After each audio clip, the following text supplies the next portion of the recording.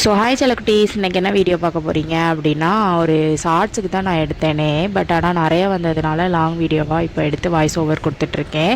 என்ன வீடியோ நம்ம சேனலில் வீடியோக்குள்ளே போய் பாருங்கள், ஸ்கிப் பண்ணாமல் ஃபுல்லாக பாருங்கள். இப்போ நானும் என் ஃப்ரெண்டும் எங்கே கிளம்பிட்டோம் அப்படின்னா, அவள் வந்துட்டு கேக் பிஸ்னஸ் பண்ணிகிட்ருக்கா. தெரியாதவங்க அவள் ஐடியில் போய் என்னோடய ஐடி தெரிஞ்சது அப்படின்னா பாருங்கள், பார்த்துட்டு பிடிச்சது அப்படின்னா சப்போர்ட் பண்ணுங்கள். ஸோ வர்ற வழியில் வந்துட்டு பப்ஸ் கடையை பார்த்துட்டோம். ஸோ கடையை பார்த்தோன்னே வயிறு பசிச்சிருச்சு.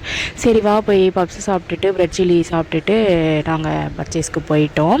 அப்போ தானே நிம்மதியாக நல்லா எது இருக்கோ இல்லையோன்னு பார்த்து வாங்க முடியும். அதனால நம்ம வயிற்றுக்கு சாப்பாடு போட்டுட்டு நெக்ஸ்ட்டு வந்துட்டு நம்ம போகலாம் அப்படின்னு சொல்லிட்டு போயிட்டு தேவையானதெல்லாம் வாங்கிட்டா. என்னென்னமோ வாங்குறா, எனக்கு தெரியவே இல்லை.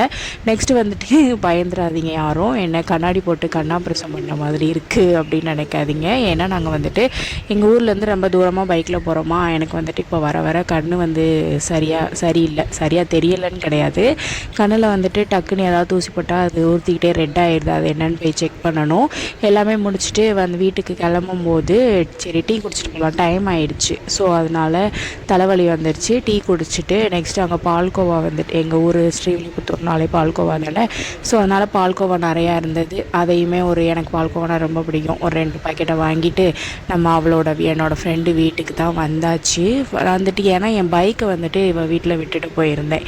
ஸோ அதனால் வந்துட்டேன். எனக்கு இவள் வீட்டுக்கு போனோம் அப்படின்னா ஒரு மாதிரி நல்ல பாசிட்டிவ் வைப்பாக இருக்கும். ஏன்னா எங்கே பார்த்தாலும் க்ரீனிஷாக இருக்கும். அப்புறம் வந்துட்டு நல்லா வச்சுருப்பா. நெக்ஸ்ட்டு அவள் வீடை வந்துட்டு இன்னொரு நாளைக்கு நான் அவள் ஹோம் டூர் போட சொல்கிறேன். ஏன்னா பார்த்தீங்க அப்படின்னா உங்களுக்கே ரொம்ப பிடிக்கும். நெக்ஸ்ட்டு நான் வந்துட்டு நாங்கள் 2 பேருமே சேம் பைக்குங்க. நான் அவட்ட சொல்லலை, அவள் என்கிட்ட சொல்லலை. ஃப்ரெண்ட்ஸில் தான் அப்படின்னா பைக்கில் கூட சேமாக தான் எங்களுக்கு அமைஞ்சிருக்கு. இதுலேயே அவள் வந்துட்டு ஆரஞ்சு கலர் வச்சுருப்பா, நீங்கள் பார்த்துருப்பீங்க.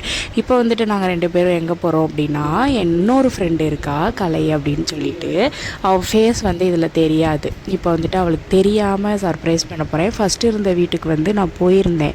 இப்போ வீடு மாறிட்டாளா, சரி ஒரு நாள் வா அப்படின்னு சொன்னால் இவள் வீட்டுக்கிட்ட தான் இருக்குதுன்னு சொல்லவும் போயிருந்தேன். மேடம் கவனிக்கவே இல்லை. அவள் எவ்வளோ நேரம் நின்றுட்டுருக்கா பாருங்களேன். டக்குன்னு பார்க்கையில் அவள் பயந்துருவா.